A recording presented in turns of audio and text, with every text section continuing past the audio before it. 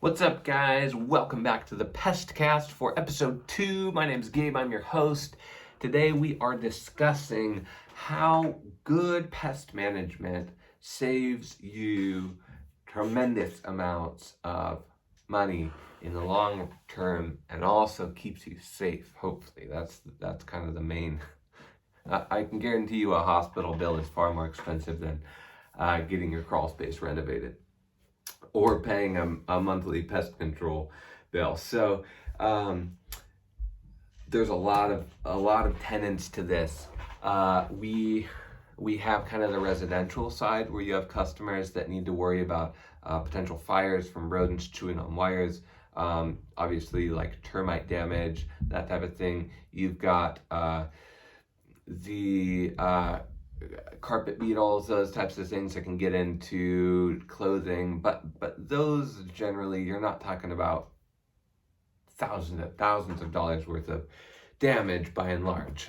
So termites can obviously cause a tremendous amount of damage in any of those wood destroying organisms, but I want to discuss sort of particularly with rodent preventative maintenance, how important that is from a residential side, and then a commercial side with like property management, multi-unit management included within that. So from a residential side, your main factors are rodents chewing on wires, rodents chewing on pipes, causing flooding. Wires can cause electrical damage, shorts.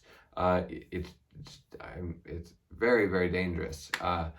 Anytime you have an animal messing with your electrical system, bad things can happen. So a lot of house fires are caused by faulty electrical, right? So you've got wire damage, flooding from chewing on pipes, water damage.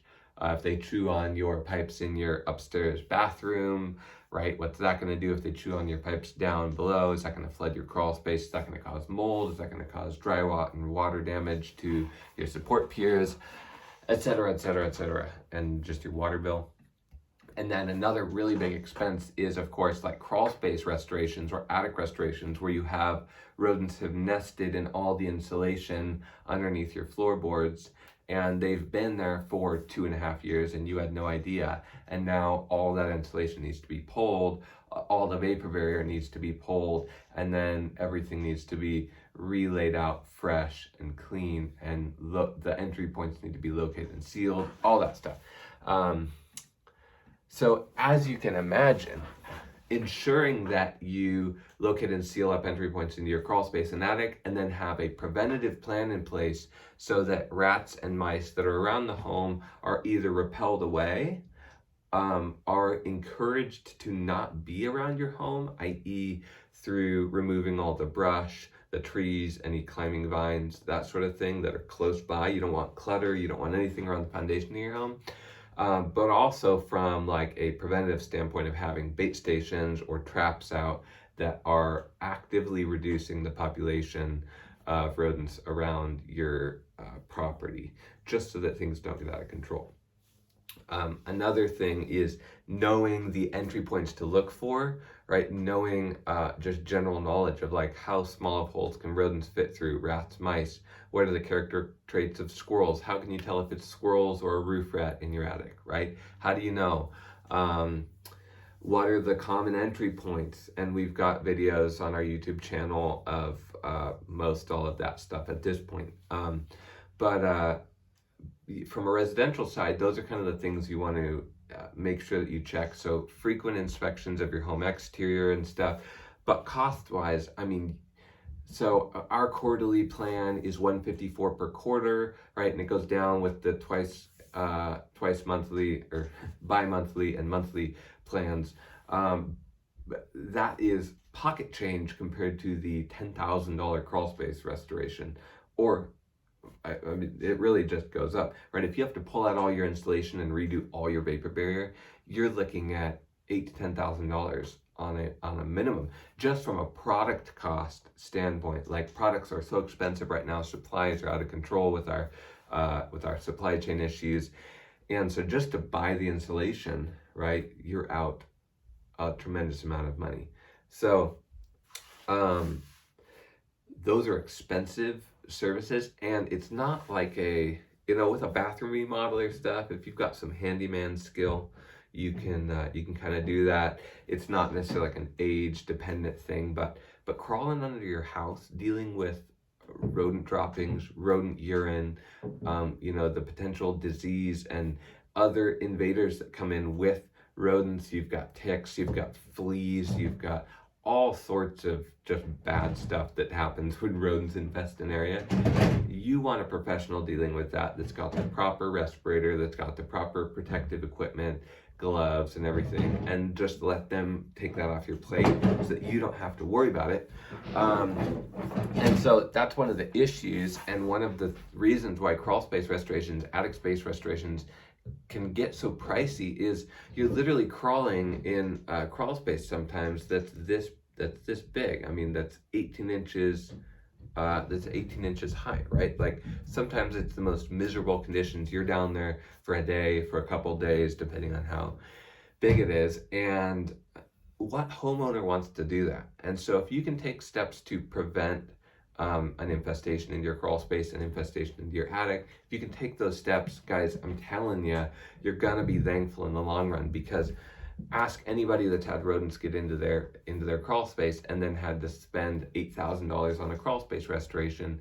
Ask them if they wish they would have just spent the $154 per quarter and not ever had to deal with rodents in their crawl space. And they're gonna tell you, yeah, I would much rather have just spent that, because that's gonna hurt a lot less than a $10,000 hit, right? At least it's spread out. At least you're preventing the problem actively, and also getting other benefits, of course, in that as well, like free ant treatments and spiders and cobweb removal, and just having a licensed professional that knows what they're doing on your property, inspecting it each month or each quarter. So that's kind of from a residential side, and obviously most of that is revolving around your biggest investment, which is your home. From a commercial side, there's tons and tons of facets to this, but a couple that are, just off the top, you've got like restaurant industry. Okay, restaurant industry has to have pest control.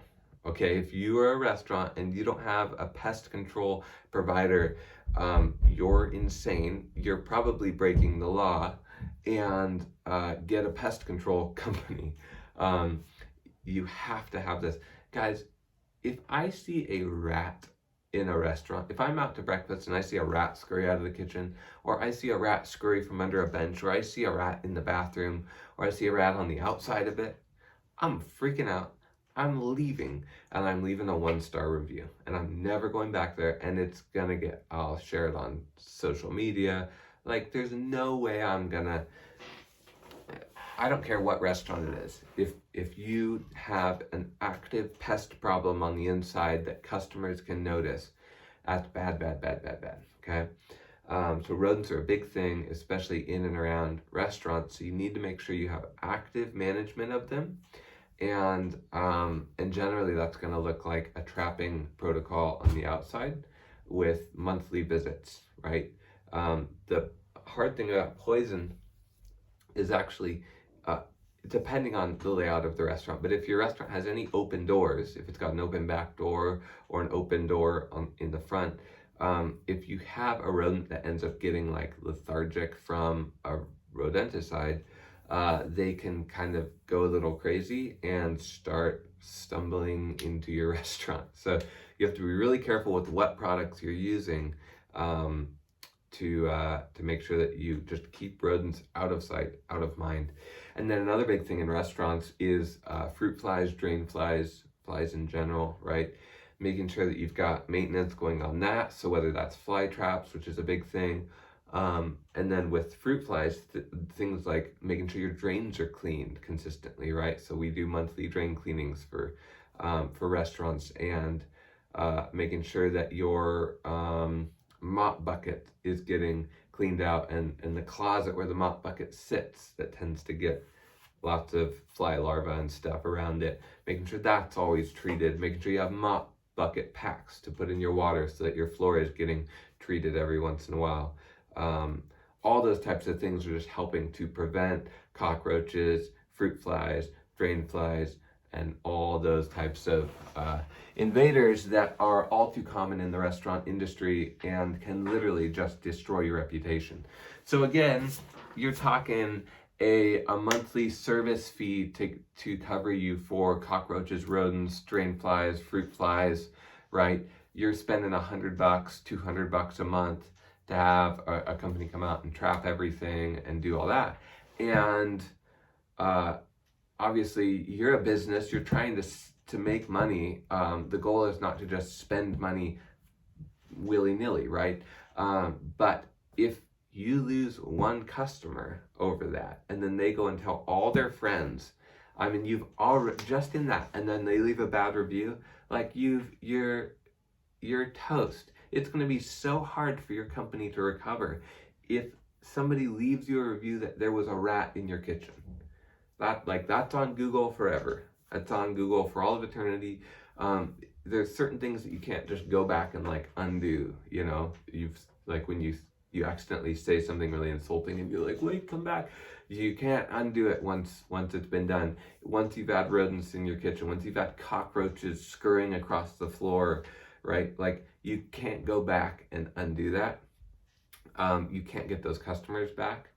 And if they go public with it, which I would, you're gonna just have a hard time dealing with that. So you're gonna have to really, really go full circle, and it's gonna be pretty tough. So make sure that you're investing in a preventative plan to get those things under control, so that if they're happening, they're getting caught before a customer interacts with the pest problem, right? The pest pressure you can have some pest pressure in a restaurant without it affecting the customer perception, right? Almost all restaurants have some level of pest pressure, right? There's just so much food. There's constantly water and food and wine and sugar and you name it, right? So it's common to have pest pressure around restaurants, but you want it to be under control and stable enough that customers never have to interact with it. So that's restaurants. Of course, you've got warehouse stuff as well, where you really need a strong preventative plan for warehouses, because if you've got product that you're storing, you get rodents in there, they start nesting in your product, they start destroying the products. Depending on what it is, you could be talking thousands and thousands and thousands of dollars. You may have regulations where if there is an infestation, you have to throw out all the products, you have to throw out the entire batch. If it's food distribution, all that type of stuff, you could be talking about tens and thousands or hundreds of thousands of dollars in just wasted product. In fact, one of the primary losses of money in the agricultural industry is from pest pressure, largely rodents, right?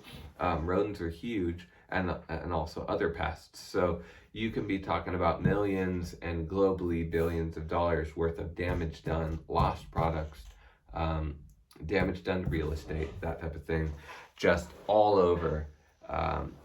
Another thing I wanted to discuss is from a property management standpoint, if you're managing, rentals, if you're managing apartments, duplexes, you really need to have a trusted pest control operator in your back pocket. And obviously this sounds like I'm pitching my company, and of course we stand behind all of our work. So you should totally reach out to us if you're in need of that. But whoever you choose, you just need to make sure that they're giving you actual solutions to your problems, and that they're using products that are going to keep your tenants safe. See, when you're managing other people's homes, other people's households, other people's families and their livelihoods, you have to be extra careful about what you're using, and you have to be extra careful that the vendors you're sending out are trustworthy, are professional, are going to get the job done the right way with the least number of visits, the least intrusion, because no tenant wants to figure out they have a rodent problem in their house, right? They're renting this duplex and now they have rodents in their house. Okay, great. That's already one strike against you. And then you send out a crappy technician and he throws poison all over the place. Great. So your vendor has become a strike against you instead of a validator of your trustworthiness. Now they're a strike against you if you go cheap. And then they go out, they throw poison everywhere. They don't actually seal up the entry points. Rodents all die. Now everything smells. Another strike against you. They're hard to get a hold of. They're not communicative. They show up and they're dirty and grungy and not helpful, disrespectful, you name it. You can have massive, massive ramifications if that tenant all of a sudden now that looks bad on you as the owner, on you as the property manager, on you as the maintenance manager. All that stuff is reflecting back, as opposed to if you send out somebody, right? Or better yet, you just have everything on a preventative plan. Somebody's already come in checking all the entry points and they're preventing the issue and you just don't have it come up. That's ideal, right? But if you do have it come up, that you address it quickly, you send out somebody that communicates clearly, that's professional, that's kind, that's energetic. Now, instead of a strike against you as a property manager, against you as a business owner, now all of a sudden that is in your favor. Wow, they sent out a trustworthy company. That was really cool, because it really sucked to have rats in my apartment, but they cared enough to send out somebody that it just seemed like they were really on the ball. This guy goes in, does a really thorough job inspecting everything, leaves his business card with a smile, explains the process. Hey, we'll be back in 3 days, in a week, in 2 weeks. We'll check everything. They don't just throw poison everywhere, and they actually solve the problem. They trap it out. Right? You don't have rats dying in random places. The techs come, they're discreet, they deal with everything, they communicate clearly. All of a sudden, you've turned a really crappy situation into a really positive situation that went from the tenants being kind of pissed that they have rodents to now, wow, the property management company really takes care of us. Right? And the cost difference from a property management standpoint, from an owner standpoint, from a business landlord standpoint, is so minimal. Right? I mean, you're talking about you're talking about sort of pennies on the dollar compared to the cost of potentially losing a tenant, having somebody walk out, or just have somebody unhappy. Right? You don't want to have a grumpy tenant that hates living in your apartment, in your duplex. It's not fun. You want to have the relationship good. You want to have the relationship strong. And you want to be sending out vendors and technicians and stuff that represent your property management, that represent your brand and what you're trying to push. And if you send out crappy techs, if you send out the cheapest, AAA pest control, you get what you pay for is a real. It's a saying for a reason. And it's not just because small businesses want you to spend more money on them. Oftentimes, very, very oftentimes, the companies that charge a little bit more are just going to give you a more thorough service. They're going to be more honest. And a lot of times it literally comes down to this. If I'm paying a technician minimum wage, if I'm paying them $13 an hour, I don't even know what minimum wage is here in Portland. But if I'm paying them $13.50 an hour, say minimum wage, and then if I'm paying another technician $22 an hour for the same job, the minimum wage employee, he can go, if he does a bad job here and if he gets fired for some reason, he can go anywhere and make minimum wage. And right now in today's hiring market, you can basically go anywhere and they're likely not gonna even pull any references. If you've got a pulse and you can stand up straight, they'll basically hire you, right? So this guy literally has close to zero incentive to actually do a good job and stay with the company.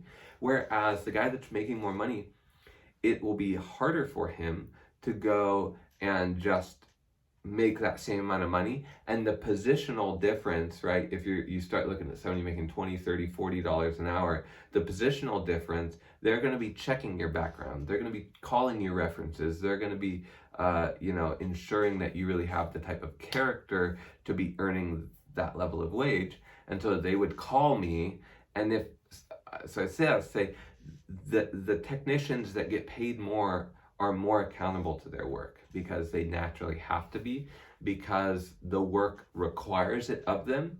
And in order to continue making that same level of wage, they have to continue performing. So obviously there's exceptions to that, but as a general principle. And so I think that's one of the primary ways where you get what you pay for ends up playing out practically. Part of the reason why the cheapo company can get it cheapo is because they're paying their guys nothing. And if you're paying your guys nothing, they can go make nothing somewhere else. And so they're not highly incentivized to keep the job that they're currently doing. And if they're not highly incentivized to keep the job they're currently doing, if they don't love their work, if they're not sold out for the vision of the company, you can guarantee they're going to do a lower level of job, a lower quality job. They're going to act with less professionalism. They're going to be less energetic. They're going to be less inspired, and they're going to leave a bad impression on your tenant or, whatever the case is. So anyways, hope that's helpful. This is our second episode so far of the PESTCAST, and I really want us to work through these issues of it's really saving you money to preventatively go after a quality pest control option. So whether you're doing that yourself or whether you're hiring it out to a third party like ours, like Pest Patrol or any other, again, I'm always going to recommend a local brand. It's for the same reason. You have a brand that has local prominence, they just care so much more. Like if they lose you, you're part of their small sphere of customers. They don't have an unlimited mailing list that they can just blast out and pull new customers in. You're part of a small sphere, so they're much more highly incentivized to care for you well. So local is just always going to be better, right? You're almost always going to get a better service with a local company than going with a national brand. Not all the time, but as a general rule. And almost all markets have local businesses that are like ours, like Pest Patrol, that really are, from a quality standpoint, they just blow out the national brands out of the water, and also give you a really local, small town service kind of feel, where you can call in and actually talk to somebody. You can text in and actually talk to somebody. If you call in, you're literally going to talk to me, right? Put in those preventative measures in place, guys. Put them in. Save your company money. Save your tenants the hassle of having to deal with a vendor that sucks. And just hire a good one. Hire somebody that's going to do the job right the first time. As my good friend Ronnie always says, buy once, cry once. It's better than going the cheap route and having to get it over and over and over and over and over again because it's breaking or it's insufficient or it becomes obsolete. You just buy the right thing one time, buy something that's going to keep you safe, buy something that's going to keep your company safe, keep your tenants safe. And thanks so much for tuning in. If you've enjoyed this podcast, which is called the PESTCAST, leave us a review. You can call or text us anytime at 503-985-6523. You can also visit our website at pestpatrolpdx.com. Why don't I have a podcast website? Because I just don't, because we're 2 episodes in. So you can visit our website if you have more questions about our company.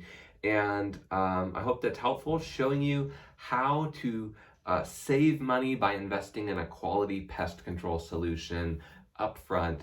And go rock it out there and enjoy your Tuesday. It is Tuesday, January 4th. So whenever you're listening to this, hope you have a blessed day. Go rock it.